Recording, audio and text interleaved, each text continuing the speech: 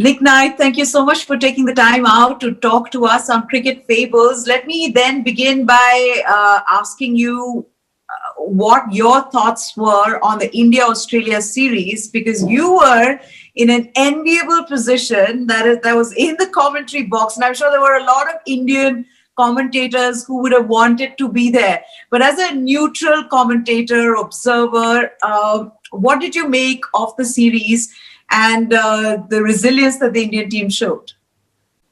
I've got a smile on my face now, and I had a smile on my face then. I think I had a sort of fist pump as well at the point where Rishabh Pant hit the ball down the ground. I mean, you're absolutely right. For a neutral commentator, I mean, I love coming over and being in India anyway, the passion for the game. But to see a series play out like that from the start of that test match and everything that happened, of course, 36 all out, to see the series finish like that. And for myself, as you rightly say, for myself to be on commentary, I think my words were something like Fortress Gabba has been breached the first time in 32 years, something like that, which was a fairly instinctive response to what I'd seen go on in the half an hour that I'd been commentating on. And I just felt that was the sort of editorial, really, as well as all the other obvious things that needed to be said.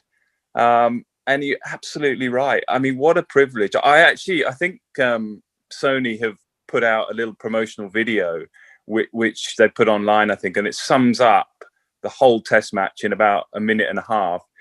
And to see that still gets you going. I mean, even though it was, 10 days or so ago, but just to be part of it, absolutely amazing. Nick, as someone who's toured Australia, you know how hard it is to win there. You've toured with some very, very good English teams. What do you think the Indian team would have gleaned from, just going from 36 all out to Melbourne, then that epic draw, then winning at the Gabba? Finally, we can take that term Gabba, we can throw it in the bin, Now, going from that series, coming back to playing, I would say a much stronger opponent in England. What do you think they can look back on as they head into the England series? Well, what they can realise is that they are a damn difficult side to beat. That's what they can glean from that. Because let's be brutally honest, they weren't favourites going into that 4-match Test match series. Now they are favourites, and I'd say strong favourites going into this 4-match Test series against England in home conditions. So what they can glean is, okay, even when the chips are down, even when we're struggling, even when our captain is away at home with the birth of his first child. And we've got endless injuries. Do you know what? Against an Australian side, which is not at its best, let's be brutally honest, it's not at its best. But it still has probably arguably the best bowling attack in world cricket. Hazlewood, Stark, Cummins, Lyon, who played the whole series. And for a batting lineup to perform as they did post-Adelaide, 36 all out, they will get so much confidence, and rightly so, from that. They have become... They were a respected side. That's a ridiculous thing to say that they weren't. They were a hugely respected side before that last 6 weeks or so, 7 weeks in Australia. They have become even more of a respected side. Those England boys were out playing in Sri Lanka, watching the end of that Test match series, thinking, crikey. I mean, I'm sure they're thinking, we know this is going to be a tough month, 6 weeks playing in India in subcontinent conditions against India. It might have just got a whole lot tougher because of exactly what happened in Brisbane there. And, the onset of that is, how does India start even thinking about picking an 11? I mean, I'm doing it now. I'm sat in my hotel room. I've got 6 weeks in quarantine here. I've got plenty of time to make a few notes, and I keep scribbling them out and starting again. And let alone, how difficult it's going to be to pick 11. I mean, they have so many resources now. Yeah, well, what about England then, Nick? I'm sure you're sitting and picking 11 for England as well, which is also not easy, given that this is not going to be an easy test for them. The thing that I wanted to begin the whole England conversation with is that, we're talking of India and Australia, and we're talking about the best side and about the best 11. With England, it's almost been decided that they're not going to be playing their best 11 because of this whole rotation policy. What do you make of it? I mean, are you going to say that at the end of the series, whatever happens, you say, oh, but England didn't play their best 11 because they had rested so and so? I mean, how does one rest a player like Jonny Bairstow? Yeah, well, I'll just address the Jonny Bairstow situation first. I mean, you've got to remember that Johnny's been out of the Test side for a little while now. He's not necessarily been one of the inked-in players. Now, many will feel he should. but he hasn't been. So he plays spin very well, and he shaped up pretty well in the recent series in Sri Lanka. So inevitably, you are starting to think along the lines of, would England be stronger if they had him to play in the 11? What also you have to remember is that Rory Burns is coming back in. Now, he missed the Sri Lanka leg of the tour. He was having his wife was having their first child, and therefore he was on paternity leave. He would still be recognised, well, in my opinion anyway, as a frontline opening batsman. So he would come back into the side. I think Dom Sibley would start as well. And I think Zach Crawley would bat at number 3. So when you piece it all together, it's not necessarily straightforward that Johnny Bairstow necessarily would have got in the side anyway. But I think your point is a slightly larger one than necessarily looking at one individual place. It's are England right to perhaps try and preempt what might happen down the line. They have 17 test matches this year. They have a crazy schedule. I mean, they have unbelievable amount of cricket to get through, white ball cricket and, of course, test match cricket. 17 test matches, by the way. I mean, that's incredible to get in a year. So I actually think the selectors have done it right. I'll be brutally honest. I think the selectors have got it about as right as they possibly can. These are incredibly difficult times. They're incredibly strange times. And therefore, I don't think it should necessarily be right to judge people on decision-making during this time. What they've tried to be is proactive. What they've tried to do is preempt any problems. I suppose the sticking point, I'm trying to sort of think how people back home might see this. The IPL might be a sticking point for some, because they'll say, you're not representing your country there. Could you not have that rest period during the IPL? I get that. But the problem with that is the timing. It's a World T20 coming up, and England will prioritise a test series against India. That's right at the top end of their list. They've got an Ashes series at the end of the year. That's at the top end of their list. And a World T20 in India is right at the top of their list as well. So it's a balancing act for them to try and work out when they rest these sort of multi-format players. It is not straightforward. But if I was to give you an overall view, I think the selectors have got it right to try and preempt one or two problems that may come up down the line. And if that means on the odd occasion, your side is not perhaps at its, not say best, but in terms of team selection, perhaps not at its frontline 11, then so be it. I mean, I get that. And I know this has been a conversation that we've been hearing come out of England. But I mean, you have the World Test Championship on the line. And I get it that you're playing 17 test matches. I think India is playing 14 test matches this year. But there is, of course, a lot of limited overs, white ball cricket that all teams would be playing. But I'm just saying, like, there is a World Test Championship on the line. Whatever the result may be, and if it does not go England's way, will they then say, "Oh, but we didn't have our best team because we were getting players"? I would be very surprised if you got anything of that from the England camp. That they're all aware of what's ahead. They're all aware of the journey they've got in the next 12 months. That they all understand. They've all been part of quarantine. That they were all part of the English summer last summer, and a degree of them, a number of them, found it difficult, understandably. They know what's ahead, and therefore I think they're fully. I'm only speaking from my own point of view. I'd be surprised if they don't fully understand and back the system that's been put in place. I would see your argument perhaps a little stronger if there was 4 or 5 players who were out of this first Test match in terms of full strength 11, then absolutely. Then perhaps you need to rejig and look at making sure that at the start of this Test match series, which is going to be absolute cracker. I mean, it's going to be so much to look forward to, that you do want your best side. And as I say, you look around the rest of the 11, and I don't know what that 11 will be, but it won't be too far off what you and I are thinking ourselves. It almost won't quite pick itself, but a number of those names will be there and will ensure that England are competitive in that first game, regardless really of whether you think Johnny Bairstow should be there or the other slight contention, I suppose, is Jos Buttler, because Jos is down to play the first Test match. And say, I can imagine where this can escalate from is that, say, Jos has an absolutely storming Test match. He takes 3 brilliant catches standing up to the spinners, gets Kohli out on a fantastic stumping that changes the game, and smashes 100 to get the winning runs and win the game, and England go 1-0 up. And then he gets on a plane and comes home. Wow. Then I can see the British public, certainly those that support England, thinking, We don't need that right now. That's not to plan.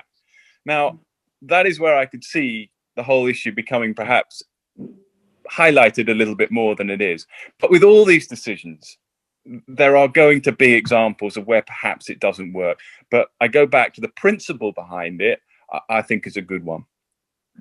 Nick, this England team went to South Africa a year ago. They won there. Now they've beaten Sri Lanka 2-0. That means 5 matches in a row they've won in Sri Lanka. Yes, it can be argued that this team was weak, but they've ticked a lot of boxes. You have someone like Dom Bess, goes to South Africa, gets a very good 5-wicket haul, goes to Sri Lanka, gets 5 wickets. He himself says, I bowled better. Then he gets 4 more. There's a lot of focus on England's spin bowling and how they'll play spin. What do you take from Dom Bess and Jack Leach? Now Jack Leach has now gone to Sri Lanka twice in a row. He's played a leading role there. When you see these two spinners, especially how the Indians played Nathan Lyon so well, how do you see the England spinners doing? Well, it's a really good question, and I think it's something that right now, with best part of a week to go, I think England's selectors, England's team management are thinking to ourselves, we've got to be realistic here.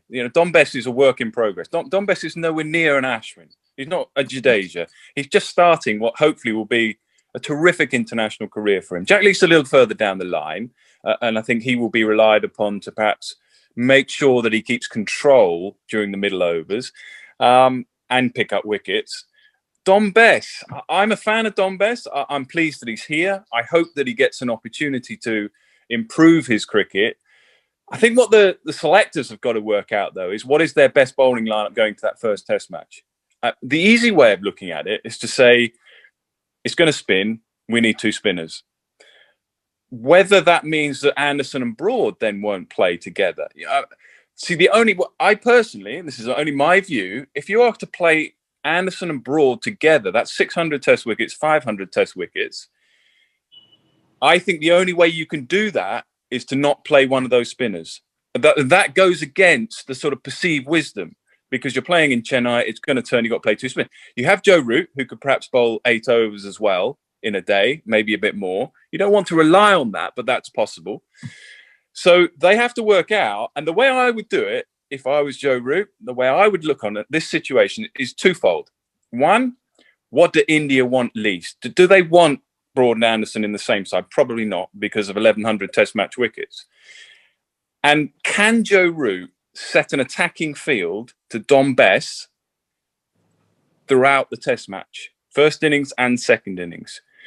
If he feels he can't, because there's no point playing 2 spinners if one of them, you've got a deep mid-wicket, a long on, a long off, a deep cover, you've got no one round the bat, and actually, where are you going to get a wicket? You're playing your off spinner, but he's unlikely to get a wicket. He might get a bowled or an LBW or caught behind, but you haven't really got that much wicket-taking potential. You might be thinking as an England, I'm not hoping I'm not confusing this for everyone, but you might be thinking, if I play Broad and Anderson, I can have more attacking fielders in place for longer and build pressure and get wickets more often. So I think that's the conundrum that Joe Root has to face. He has to ask himself, what do India want least with regard to this selection? And who can I set an attacking field for longer out of my bowling options? Nick, what do you think about then someone like Moeen Ali? I think he's a spinner who perhaps does not get enough credit. He's won 2 test matches against India with the ball. He's won a match against South Africa with the ball. Do you see then him perhaps filling that second spinner's role? Possibly, because of his experience and as the points you've just made there. If they were to throw the ball to Moeen and bring him into the side, they would trust him. They would know what he can bring. They would perhaps feel he's a bit rusty and he hasn't played much cricket lately. Of course, he had coronavirus.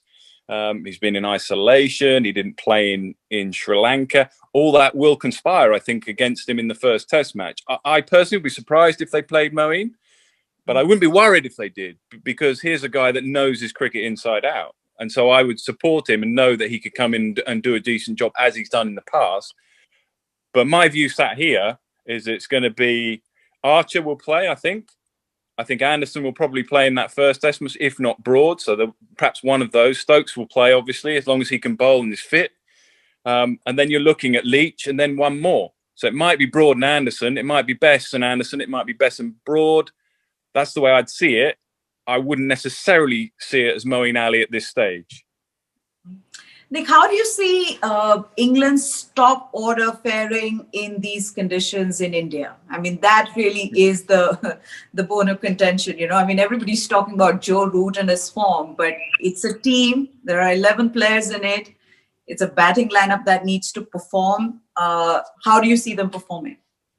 That is going to be tough. I mean, I think what they gleaned and learned from the Sri Lanka series was watching the master at work. I mean, Joe Root, the way he played, not just the runs he scored, but the methods that he employed and how comfortable he looked when he was batting against the spinners. Now, again, the dial will be ramped up a little bit. The quality of the bowling will be ramped up massively. So the test will be greater. But what I like about Sibley in that last innings was he made one or two technical adjustments. He got a little more side on, and therefore he was addressing the ball with a straighter bat for longer. And clearly he's a guy, I mean, I know him reasonably well. I mean, he's a guy like Zach Crawley, I think is going to be a really good player. They will go away and say, how can I just improve a little bit more? Because it's a learning process for them. And that's what they will have to do here. It's going to be tough. If I'm brutally honest, I think it's going to be really tough for the top order. I think what will help the top order a little bit is Bumrah is a high-class bowler. We assume Bumrah will play if fit, and Ishant perhaps as well if he's fit. If they start off against seam and swing, whilst there's good quality attack against them, I think that will help them. If they go straight in against Ashwin and Jadeja missing is a huge, huge plus for England, by the way, because of the way they struggled against Embaldini and the way the top order struggled against left-arm spin. Jadeja missing for at least those first two games in Chennai, is a huge lift for England. Great shame for India because I think he's a terrific cricketer. But yes, I mean, in short answer, yes, they are going to. I think it will be tough. I think if they open with quick bowlers, I think it's a little less tough. Nick, a quick word on Joe Root. Yesterday, in yesterday's video chat, Josh said that this is the kind of Joe Root that we as a team need to see scoring runs. He's coming off a fantastic series. How do you think that sets him up personally against? Yes, we know there's no Jadeja, but there's Ashwin. There might be Kuldeep Yadav, who's someone who I think should be playing a lot more. What do you think about Root versus the spinners?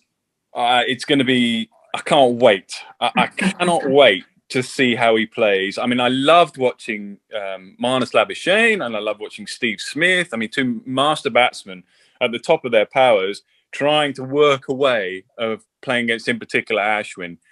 And I'm looking forward to exactly the same when it comes to Joe Root. Joe Root is a fantastic guy. He is right on top of his game at the moment. He plays the game generally with a smile on his face, certainly when he got a double 100 and 100. But he's a great leader in terms of what he tries to do with his own game. You know, he's constantly tinkering. He's constantly working out how he can improve just that little bit more. Again, he's made one or two adjustments to his game as well, and that has stood him in good stead. But if I know him well enough, he'll be saying, okay, I've got a double 100 against Sri Lanka. I've got 100 against Sri Lanka. I'm in great shape. I've still got to learn. I've still got to improve. I've still got to make adjustments from series 1 or game 1 to game 4. And how well he does that will determine how well his series goes individually. The challenge against Ashwin is quite a not a different one, but he bowls very straight. I think he's got more LBWs than anyone else in world cricket who's got 200 Test match wickets or more. And therefore, it just shows you that he bowls at the stump. So leg slips in the game, leg gullies in the game. Mm-hmm. He wants the right-handers to get across their bat and try and flip it leg side. And then those guys are in the game. So Joe Root will be aware of that. All the analysis is all there. But are they good enough, England, on that first day, on that first innings, which has served them so well recently? Are they good enough to find a way of getting 350, 400? It is going to be fascinating. But I'm so pleased for Joe Root because he deserves all the success he's getting. Absolutely. It has been fascinating. I think the result in Australia has now heightened people's expectation levels. Do you want to put Nick on the spot? Absolutely, Nick. Be mindful. Are you not going to ask me? Michael, are you going to ask me a prediction? Be mindful of what Michael Vaughan did before the Australia series. Let's. I think we were all off in our expectations. I think everybody was being unfair to Michael Vaughan and Ricky Ponting and the others. Nobody would have thought that result possible with the India-Australia series. But yes, come objectively. I'm looking out of my window at the moment, and I'm seeing nothing but blue sky. And I'm thinking there's not going to be a lot. There's not going to be a lot of rain around here, so I'm not sure there's going to be too many draws. I think England are good enough to win a Test match. whether it be this first one, second one, third, or fourth, obviously change of venue after two, I think India are good enough to win at least two. So I'm saying I think England will win one. I think India will win the series. 2-1, something like that, maybe 3-1. If England can get, I mean, England will obviously believe they can win the series, and rightly so too, the way they're playing. But realistically now, I think England will win a test match, but probably won't win the series. All right, Nick Knight, thank you so much for taking the time out and talking to us. Also, Pleasure. Also predicting the series the way you see it. I mean, like a neutral commentator in this case as well. Well, it hurts me to say that because I want to see, as an Englishman, I want to see England do what is probably, and I think probably worth finishing on this, what is probably right now the toughest task for any English side. I mean, we love to talk up the Ashes, and the Ashes is great, and anyone that's played against Australia, if you're English, that rivalry is immense. But I think what's happening now in the game, and particularly in these conditions, I think England versus India in India is England's greatest challenge right now, which is why I think they'll win it. I think they'll be good enough to win a test match. I think it's a tall order to expect them to win this series. Who knows? Maybe they'll, get motivated and inspired by the Indian team's performance down under. One thing is for sure, this is not an English team to underestimate at all. That's how we see it. So. Yeah, and also actually from an Indian perspective, I think their challenges in the short term are, with all that we've highlighted and said, the resilience, the fight, the character in those conditions, Rahane taking over from Virat Kohli, Virat Kohli coming back into the side and a change of captaincy. I mean, I think what he's done for the side has been immense. The fighting spirit, the character that it's been brought into the team unit. But he'll come back and he'll be desperate to make his own point with the bat and with captaincy as well. And after such an amazing high, and I saw all the reaction, I turn on my telly and I see the guys homecoming, open top buses, fans and crowds out there, rightly so, rewarding and clapping all the players as they came back. A week later, you get your head down, you're in quarantine at the moment, you've got 2 or 3 days of practice, and that first day in Chennai, if you're not quite on it, and your mind isn't quite there and it's still thinking about that open top bus and that brilliant last day at the Gabba, England are a good side and they'll get ahead of the game. So that's the challenge, I think, for India is, and I'm sure they'll be up to it and I'm sure they'll have worked that out. But if they're slightly reliving what happened a week or two ago on that first day in Chennai, England's best chance. Thank you, Nick Knight, for your wisdom, your experience. We've enjoyed this chat and we look forward to some good analysis during the series. So thank you for your time. I hope so. Thanks ever so much. We Pleasure. Thank you. Thank you, Nick. Thank you. We enjoyed commentary during the India-Australia series. Loved it. I loved it. Thank you. And the banter with Glenn was also fantastic. So yeah. I mean, it was nice to see the other side of Glenn McGrath. Actually, I had enough time where he kept knocking me over and making me slip. It was nice to be able to see the still more human side. I had a terrific time. Lovely. Thank you so much, Nick. Thank you. Cheers. Take care. Bye. Thank you.